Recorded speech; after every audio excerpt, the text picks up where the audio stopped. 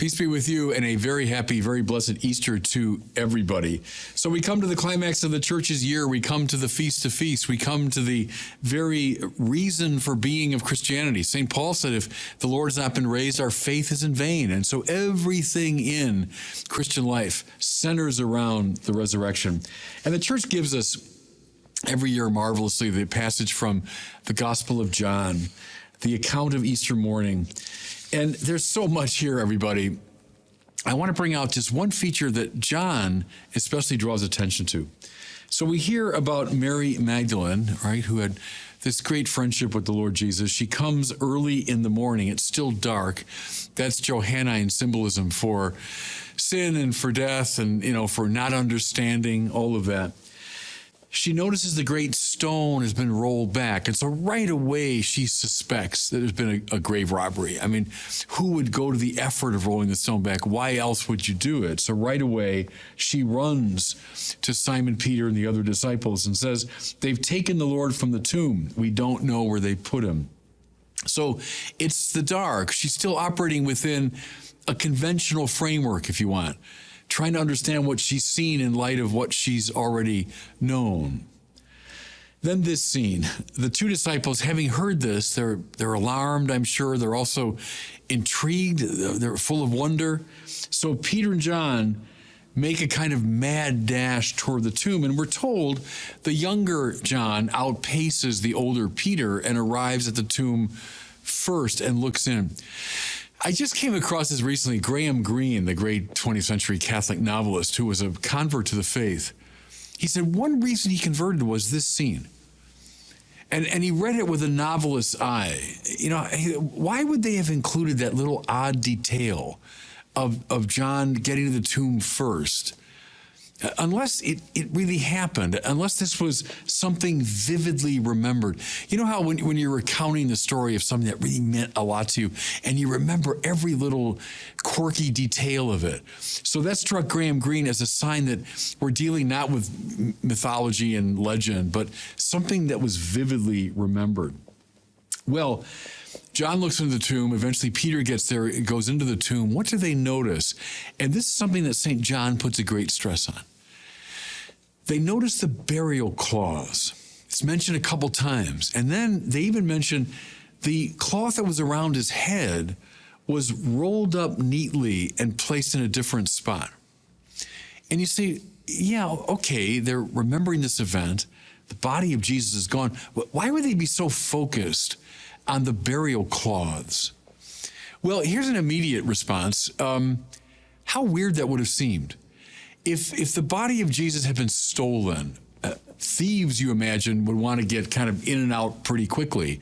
And why would they have bothered unraveling this corpse? And then why would they have walked out with an unclothed body? I mean, it just seems so odd. Wouldn't they have just picked up the wrapped body and spirited it away?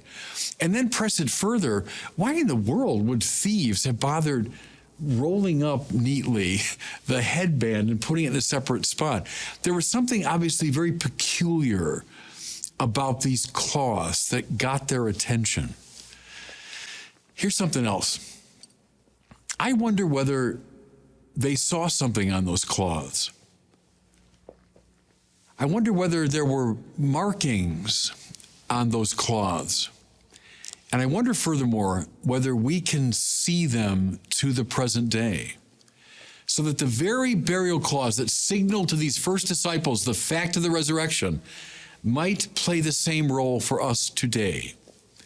Now, undoubtedly, I'm talking about the most famous relic in Christendom, the Shroud of Turin, now kept in a vault in the Turin Cathedral in Italy. I saw the Shroud of Turin back in 2010. I was over in Rome as a visiting scholar, and it was on display, unusually, for a few weeks. Thousands and thousands came. I remember going up there, and you were allowed into the cathedral and able to get within maybe 20 feet of the shroud, and you could stay in that little section for 5 minutes to look at it closely. Then you had to move out. But it was one of the most moving moments of my life to be that close to this 14-foot-long cloth marked, as you know, with the frontal and dorsal images of a crucified man around 30 years of age. You can see, even with the naked eye, you can see the gashes in his wrists and his feet. You can see the wound in the side. You can see blood marks and other indicators of a cap of thorns.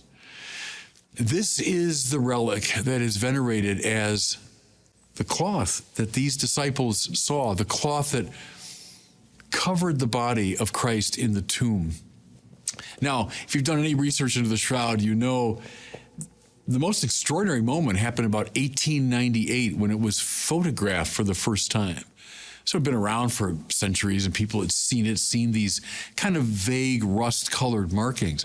But 1898, it's photographed for the first time, and the photographer, to his infinite surprise, as he's developing the photographs, notices that the negative of the photograph he took is an exquisitely detailed image of the man of the shroud. Exquisitely detailed image of his face and of his wounded body. He realized that what we see on the shroud is not a positive image, it's a negative image, so that a negative of the negative produces this extraordinary positive. Well, once the scholars got that, and once the scientists got to it about the 1970s, they discovered so many details. I mentioned the wounds, and it's interesting how the wounds in the wrist, not the palm of the hand. I mean, any Christian iconographer would have put the wounds in the palm of the hand, but more realistically in the wrist, where the nail would be supported by the bones there. But the wounds in the wrists and the feet and the side, I mentioned the cap of thorns. But with the more detailed analysis, they could see all the wounds from the scourging correspond precisely to the evidence we have of the scourges that Roman soldiers would have used at that time. More to it, they discover pollens and other biological evidence that show the shroud was in the Judean, indeed Jerusalem area. They even find, as they look very carefully, a remnant of a coin of Pontius Pilate on the eyes. They would have placed on the eyes of the dead Christ. For these and many, many other reasons, people came to see this is the same cloth that those disciples saw on Easter Sunday morning that led them, as we hear, to see and to believe. The same cloth we can see and bring us to belief. Now you say, okay, I mean, let's say it is an image of this man who was crucified long ago. Why would you think it's evidence of the resurrection? It's the marks themselves. What confounded the scientists still does. What are these marks? Where'd they come from? It's very clear now from hours and hours of scientific analysis. The marks that you can see on the shroud, they're not from pigmentation. They're not from any kind of coloration. They exist only on the absolute surface of the fibers of the shroud. Any kind of pigmentation would have gone deeper in. What produced them? Best guess, because no one's been able to reproduce it, by the way. People have tried using all the scientific means we have today to produce that remarkably negative image off of a body, and they can't do it. The best guess from the scientists who've examined the shroud, something like an intense burst of radioactivity, an intense burst of radioactive energy. Coming, by the way, from all dimensions of the body, because the shroud is inscribed with a kind of three-dimensionality. Coming from the entirety of the body all at once in a split second, this intense burst of radiation produced these marks. Well, Christians nod their heads and say, the moment of the resurrection, the moment when the body of Christ is brought back through the power of the Holy Spirit to life. And leaving behind, wonderfully, on the burial garment of Jesus, leaving behind marks that indicate the fact of the resurrection. They saw and they believed. Isn't it kind of amazing, everybody? It's kind of a miracle, given the long history of the shroud, as it made its way from Jerusalem and through a number of different parts of Europe that we can identify, Asia too, how it finally made its way to Turin, finally coming to our present age where we too can look at it with our own eyes, see and believe. I've said this before to you, but when I was coming of age, there was a tendency to reduce the resurrection to a symbol. It was one more iteration of the myth of the dying and rising God. It was a literary device to express the fact that Jesus' cause goes on. It's a way of speaking of the disciples' ongoing faith and what he taught, etc.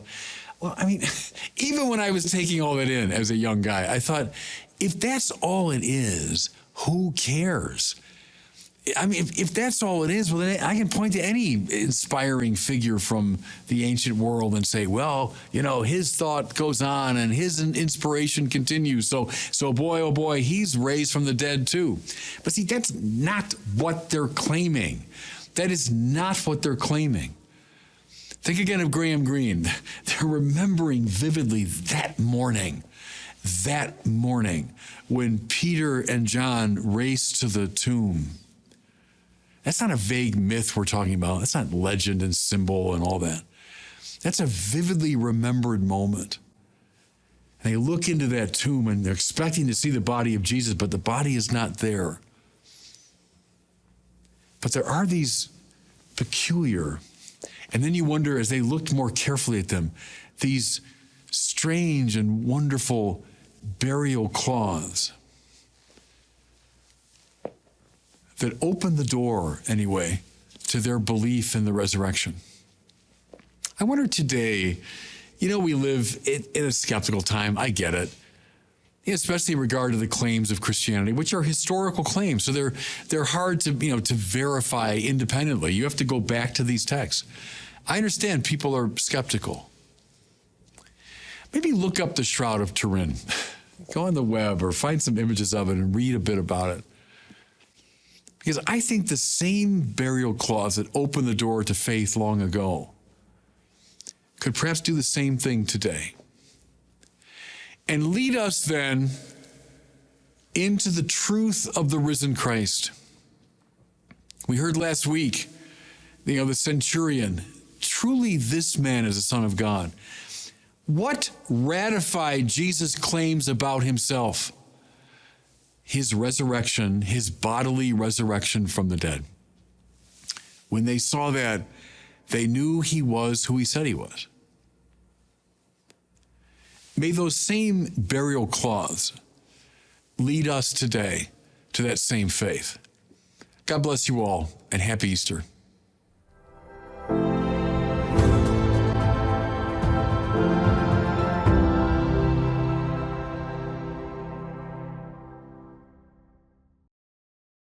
Welcome back to the Word on Fire show. I'm Matthew Petrusik, Senior Director of the Word on Fire Institute and host of the Word on Fire show. Thank you for joining us. Is safety culture good for us? The words "stay safe" became a popular way of saying goodbye during the pandemic, understandably so. The pandemic, however, has long come to an end, yet the category of safety still seems to dominate the culture. And not only in medicine. Terms like safe spaces, trigger warnings, harm reduction, microaggression, emotional well-being, and fragility are dominating the governance of many institutions, including K-12 schools, higher education, corporate human resource departments, NGOs, and even governmental agencies. At the same time, this hyper-focus on safety does not seem to have had any positive effect on most people's lives. In fact, by some measurements, our society is more physically compromised and mentally delicate than ever. The connection between promoting safety and seeing actual improvements in mental and physical health, in other words, seems more complex than it may initially appear. Today, to discuss the contemporary embrace of safety and how it does and does not overlap with a Catholic understanding of the individual and common good, is Bishop Robert Barron.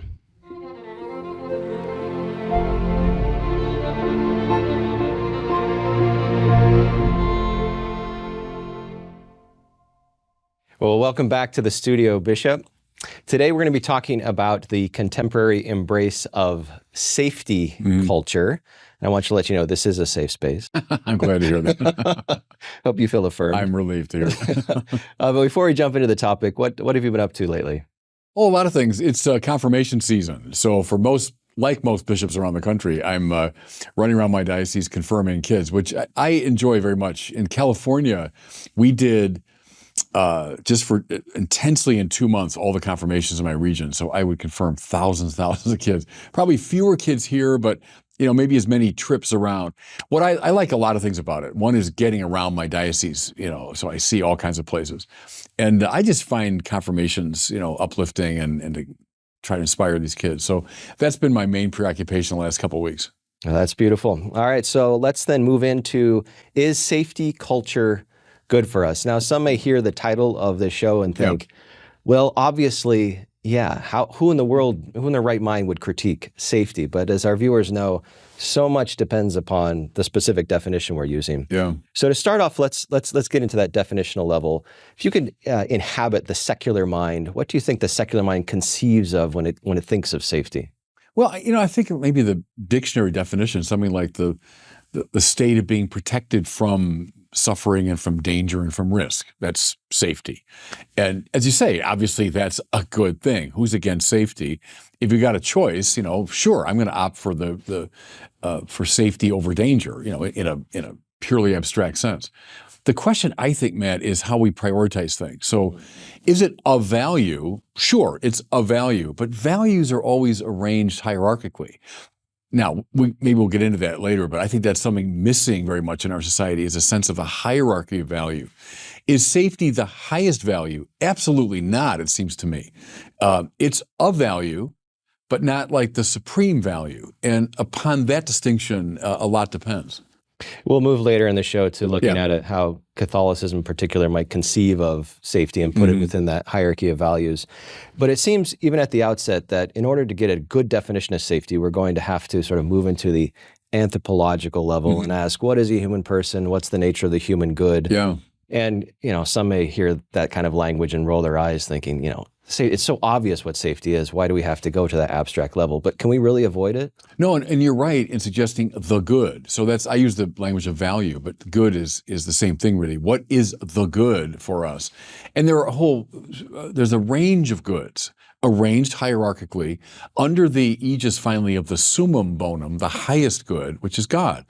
And so, as you suggest, a healthy Christian anthropology has a sense of the human being in freedom and intelligence seeking goods and values, ultimately the highest good of God, and then arranging one's moral life in terms of these goods to be sought. Now, to kind of cut to the chase, sometimes pursuing certain very high goods involves danger, involves risk.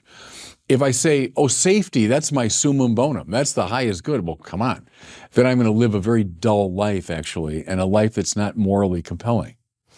It seems that the secular conception of safety, and one way to put it might be sort of utilitarian.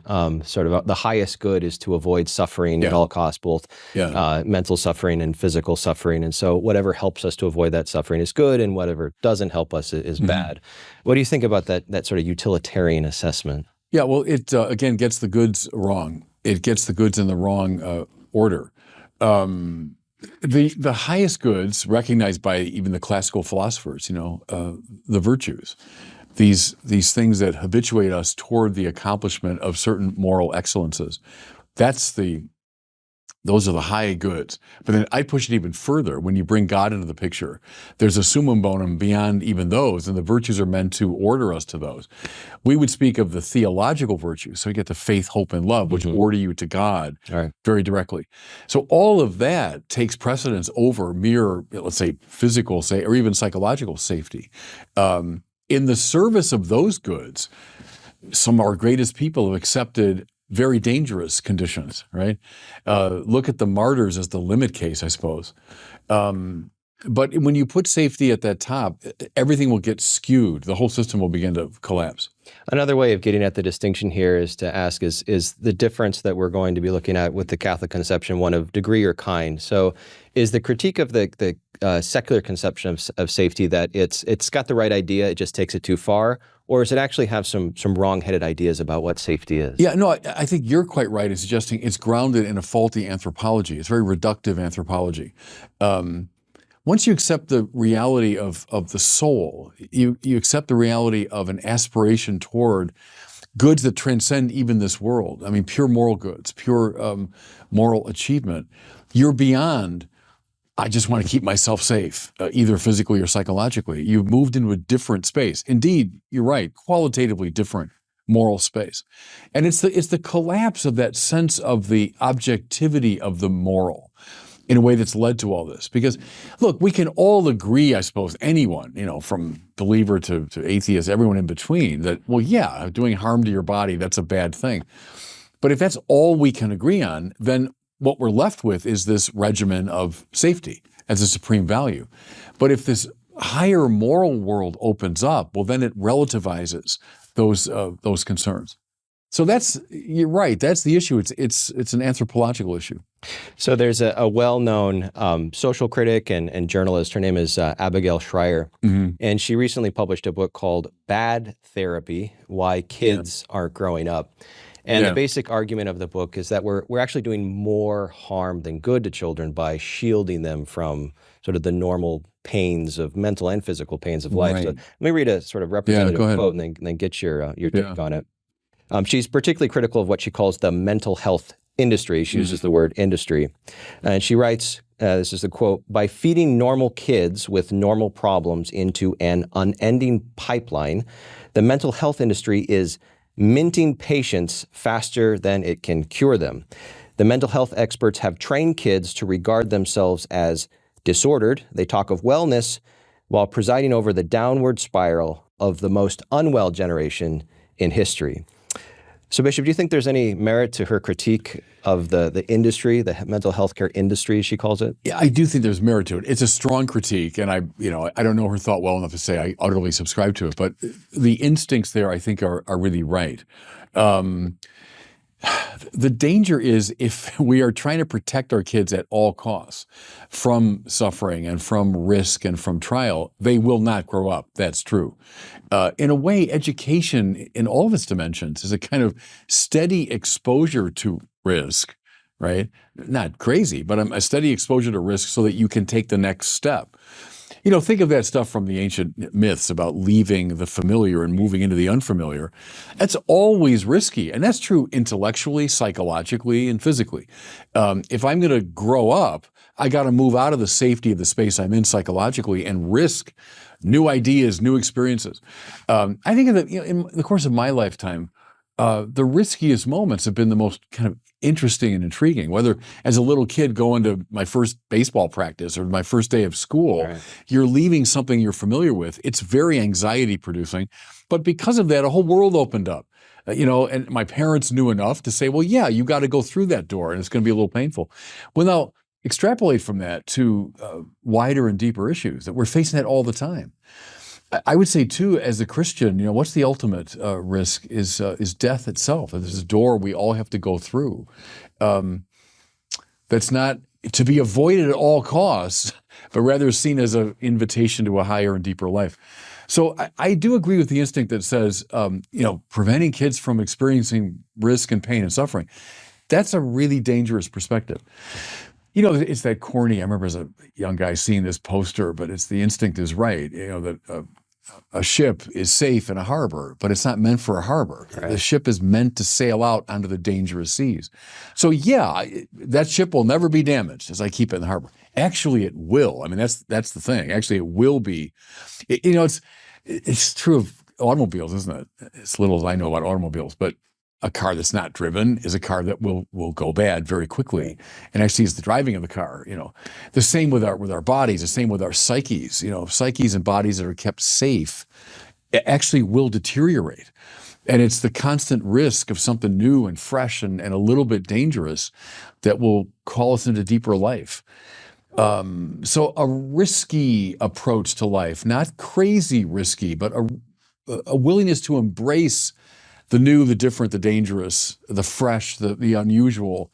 That's a key to flourishing, isn't it? Yeah, and there's very strong empirical research now that shows everything that you're saying. In fact, that our brain isn't even capable of learning in a long-term sense without some kind of risk and danger involved. Right. And so if we're, again, we're putting bubble wrap around everybody all the time. It's funny, man, I think it's changed in the course of my lifetime. When I was a little kid, my dear mother, she put a T-shirt and shorts on us and gym shoes, and off we went. I mean, we just and I vaguely remember maybe coming home for lunch and then dinner. But believe me, my parents, that generation, they were not helicopter parents at all. Right. They kind of let us, and of course you fall off your bike, and of course you get in fights, and of course you face these things you hadn't thought about before, and that's how you grow up, So I do worry about that if we're coddling kids too much. It's so different now. Yeah. So Schreier also strongly critiques what she says, using emotion as a guide to both to how to raise your children and then teaching your children how they should act. Yeah. So here's another key quote. Yeah. She says, very often kids should be skeptical that their feelings reflect an accurate picture of the world and even ignore their feelings entirely. Mm-hmm. And she says a healthy emotional life involves a certain amount of daily repression. Now, the secular mind hears the word repress your emotions, and that itself sounds dangerous. But is she onto something here? Yeah, it's a complicated thing you're raising there. But think of like classical virtue, like courage. Courage is the virtue that holds off fear so that you can accomplish justice. So if you say justice is, roughly speaking, doing the right thing, what's called for, the right thing. Well, sometimes that means you're going to put yourself in some danger and you're going to feel the very strong emotion of fear, right? Courage is a virtue that says, I'm not denying that fear, but I am setting it aside. I'm moving past it to achieve this high good. If I'm reading my life entirely in terms of my emotions, I won't be able to accomplish those goods. There's a kind of purification or refinement that happens as we distantiate ourselves from our immediate emotions. Then we're living at the level of a child, right? That you're just governed by your immediate emotional reaction. There has to be a certain distanciation from that. So yeah, I would worry about that. But you're touching on a deeper point, which to me is very interesting, is the valorization of emotion and feeling. Mm-hmm. And this implication, any sort of setting aside, whether it's, is repression or suppression or whatever, any setting aside of emotion is dangerous, so you don't do it. Well, no, the great tradition has said just the contrary. It doesn't despise the emotions. Look at Aquinas on the passions. I mean, Aquinas talked a lot about the passions. It doesn't despise them. So you might say there's a legitimate Freudian, insight is, well, no, you don't suppress and despise your passions, but you order them according to reason. And that's as old as Plato, right? That's the charioteer of reason that's governing these wild kind of horses of the different passions. But if the charioteer is kicked out, the passions run amok. If the charioteer is in place, right, reason, well, then there's a lot of energy. And see, there, let your passions indeed contribute to your accomplishment of the good. Here I think of like Dietrich von Hildebrand, who I think quite legitimately said, maybe our tradition got too rationalistic and we kind of despised what he called the heart, right, the seat of emotions. But I think he would have certainly said, under the guidance and governance of reason. But then your passions can give you all kinds of energy. But if we're governed by them, the horse has gotten into the chariot. Right. And from a Catholic perspective, can we say that the emotions they're not necessarily fixed, that there's the possibility, they're corrigible, there's the possibility of not only guiding them, but maybe even creating new emotions to put them more in line with what's good? Yeah, and that's, I think, the Platonic image as well. And they should serve the good. See, that's always the principle. They're not the criterion. They should serve the good. If they contribute to my understanding of the good. Now, there I go back to someone like Martha Nussbaum at your old school. And I think she's right about this. She's like William James, that there is a cognitive value to emotion. Right. Sometimes our emotions can tell us truths that our minds don't quite get. I think that's right. So I'm not despising emotions, but all of it should be in service of the good and my pursuit and attainment of the good. If the emotions start running the chariot and deviating me from the good, now I got a problem.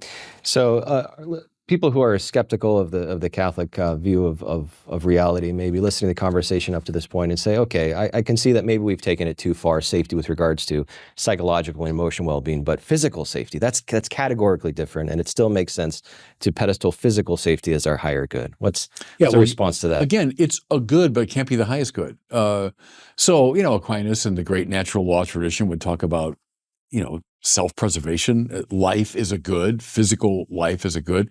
Protecting it, obviously, is a good. And so, sure, in that sense, it's something to be pursued. But it's arranged hierarchically. Because if my physical safety were the supreme value, I'd never talk about martyrs. And we honor and reverence our martyrs. We never talk about saints who put their lives at risk to achieve certain goods. I'd never valorize even a soldier, the courage of a soldier on a battlefield. Why would he be honored? I'd say that guy's an idiot. Why is he exposing himself to that much danger? So it can't be the summum bonum. See, I think, Matt, that's a very important thing for everyone to think about. First of all, to name what is the summum bonum in your life. Because I think the Bible again and again and again is testing us. It's asking that question. Hey, Lord, I'll follow you, but first, let me bury my father. I mean, look, I'm a family man, and here's this very family-oriented society, ancient Israel. Jesus, let the dead bury their dead. Now, is he being cruel and unkind? No, it's a typical biblical move to say, yes, the family is great, but it's not the summum bonum. I'm the summum bonum, Jesus is saying. Abraham and Isaac, Abraham, Isaac, your son, whom you love, your beloved, Isaac. Well, I'd like you to sacrifice him to me.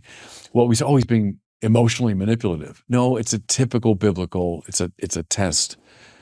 What's your summum bonum? So that's a really good exercise. Or, I use the example of my hero, Thomas Aquinas, when the Lord says, what do you want? I'll give you any reward you want. What do you want? That's a test. It's a summum bonum test, right? So if Thomas said, I want to be the most famous theologian in the world. I want to be the richest man in the world. Get me out of this lousy Dominican friary and into a castle. Well, then you'd know, okay, that's his summum bonum. But when Thomas said, non nisi te domine, I'll have nothing except you. Okay, now I got it. And see, then you're clear. Then you're right. If God's the summum bonum, then the various worldly goods will arrange themselves in proper relation to the summum bonum, and the worldly goods themselves will fall into a right hierarchical arrangement. But see, I think that has been lost. That's one of our big problems today, is people don't have a sense of a moral structure. And so, of course, I'll cling to my safety or what I want. My will becomes the summum bonum. Man, does the Bible know about that, by the way, all the time. Mm-hmm. That's called grasping of the tree of the knowledge of good and evil, is that I become the criterion of good and evil. I'm the summum bonum around here, And then Nietzsche, well, you got your summum bonum, I got my summum bonum. In fact, it's my heroic will against your heroic will. What are you left with but this warfare beyond good and evil? When Hobbes, as you know, explicitly says, there is no such thing as this highest good that the ancient philosophers talk about. What are you left with? The war of all against all. Right. That can only be tempered by, a totalitarian state. So this is not an abstract problem. This is not some little idle thing for philosophers to speculate about. This is a really serious matter of knowing what the summum bonum is and how to arrange the goods around it. And is it accurate to say both that there must be a summum bonum in every human being's life, and there can only be one? Yes, and I find a very intriguing part of Aquinas' Summa that he has the famous 5 arguments Right, for God, right. but there's an implicit argument in the beginning of the Prima Secundae when he asks just that question. And he's dead right about this, is any act of the will, so even our sitting here right now talking, if you do a little analysis of like, okay, why are we doing this? Well, we're doing it because it's part of my Word on Fire ministry. Well, why is that important? Well, because Word on Fire is meant to announce the gospel. Well, why is that important? With any act, you just keep going out until you find, oh yeah, well, I'm doing it because it's good. That's the good. And if you can't end it that way, you got the infinite regress problem. And then there is no explanation. We're just here bazooing for no apparent reason. See? So it has to be grounded finally in a prime mover of the will, of a final cause that's luring the will. And everyone's got that. So Aquinas would say everyone is in fact being motivated by God, but they might have mistaken ideas about who God is. They think it's wealth or power or something. But that's a very important spiritual move. Everyone's got, Paul Tillich called it the ultimate concern. Or what concerns you ultimately, that's God for you. The point is trying to get the true God in that place of ultimate concern. We'll move with our remaining minutes here more deeply into the Catholic tradition, the theological tradition. But before we do, how do we assess this claim, coming primarily from the secular world, that speech itself can make us unsafe because speech is a form of violence? Well, no one doubts that speech can be violent. I mean, if I'm attacking someone, I'm going after can speech be wounding to people? Sure. I mean, I've been wounded by people's speech. So that's, I think, true. It's a kind of a commonplace to say that. The danger is when you press that thing the way it's being pressed today, something like rational conversation is obviated. Right? So if I'm saying something that you find disagreeable, and therefore I can't say it's offensive to me or it's off-putting to me, well then rational conversation breaks down. When rational conversation breaks down, what are we left with? The Nietzschean or Hobbesian world of the all against all. We have just competing wills.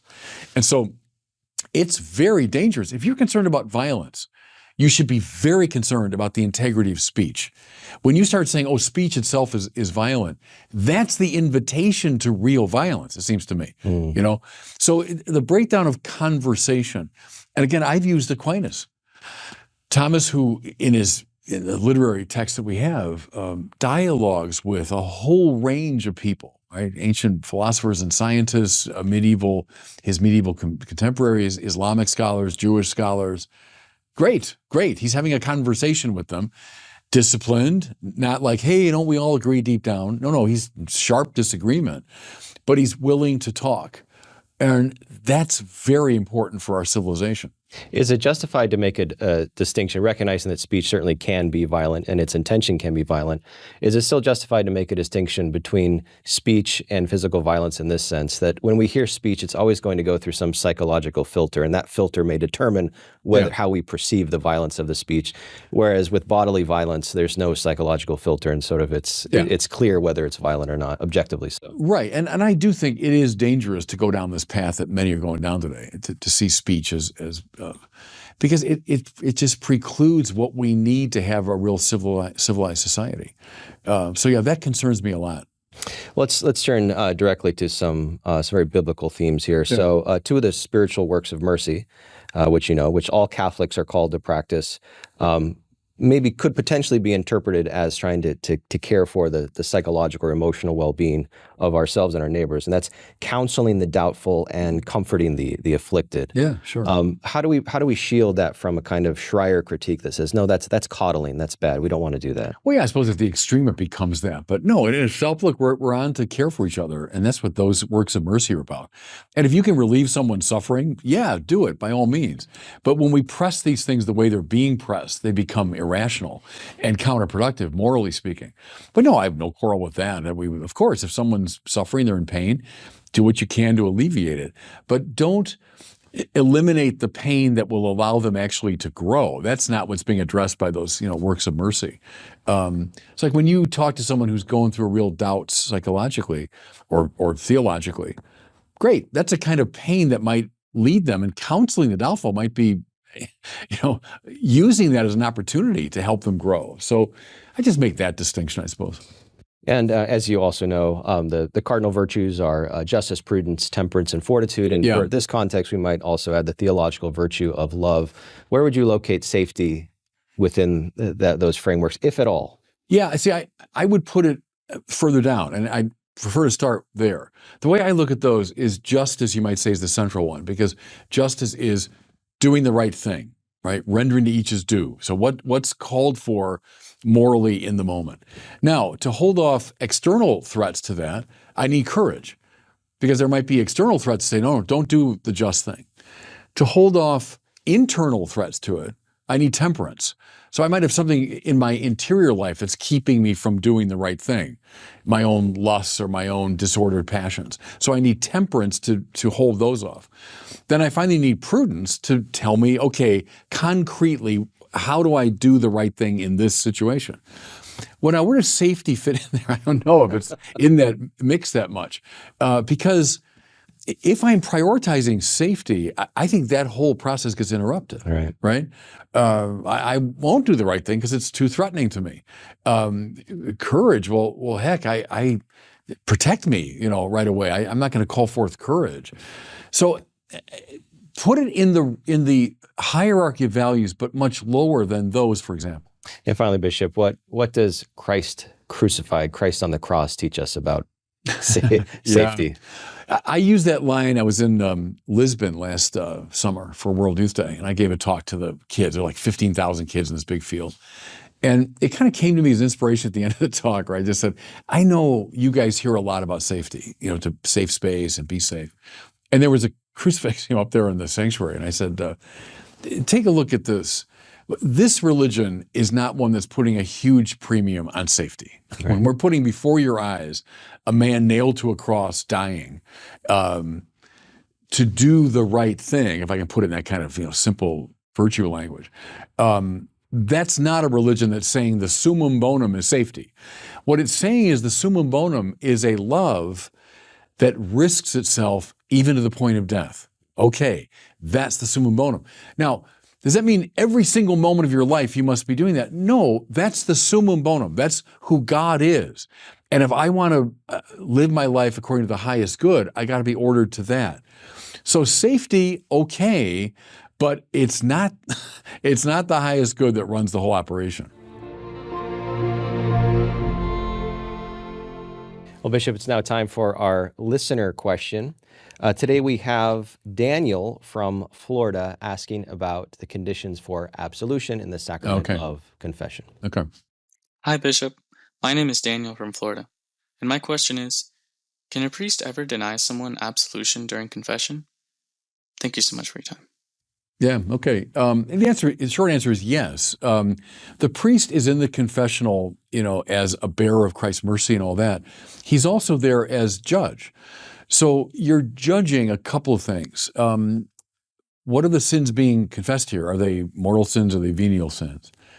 Secondly, is the person demonstrating sufficient contrition for those sins? And then thirdly, a firm purpose of amendment.